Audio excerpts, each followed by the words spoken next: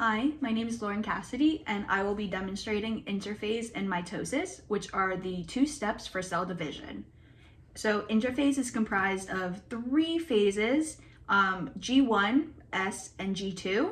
So G1 is the first stage, and this is when the cell is really growing and developing. It's copying organelles, making proteins, building energy, and really getting the cell prepared for synthesis. So the S phase is synthesis. This is when the DNA is replicated.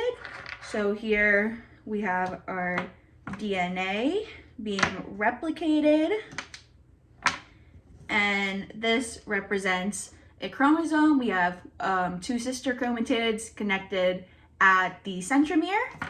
So now that we have DNA replication, G2 is just more cell growth, making more proteins, and correcting any potential errors that could have happened during the last two steps. So once interphase is complete, the cell goes into mitosis. So during the first stage of mitosis, it is prophase. And here we have our centrosomes, which move to opposite sides of the cell. We have our nuclear envelope, which disappears, and we have our chromosomes that start to condense.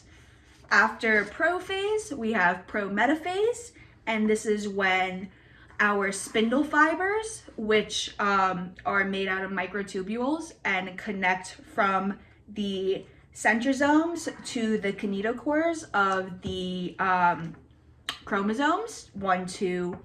Each spindle fiber connects to one side of each sister chromatid, and this allows for movement of the chromosomes and allows them to be separated in the future steps.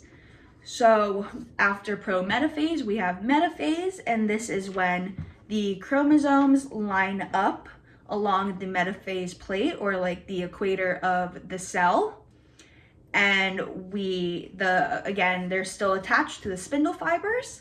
And after metaphase, we have anaphase. And this is when the chromosomes split and each chromatid goes to the opposite side of the cell in which the spindle fiber is pulling. It's always centromere first. And once the chromosomes are separated and at the other side of the cell, this is when telophase happens.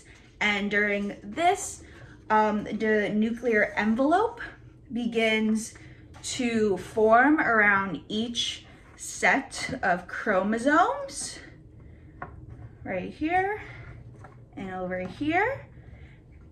And then the centrosomes disappear because we don't need those anymore. And here, at the same time telophase is happening, cytokinesis also occurs.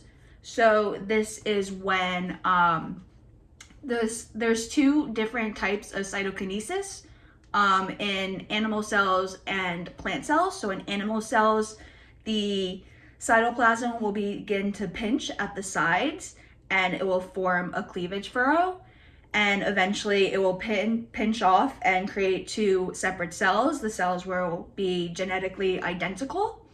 And in plant cells, it will form a cell plate, which allows the two cells to break in half, again, genetically identical.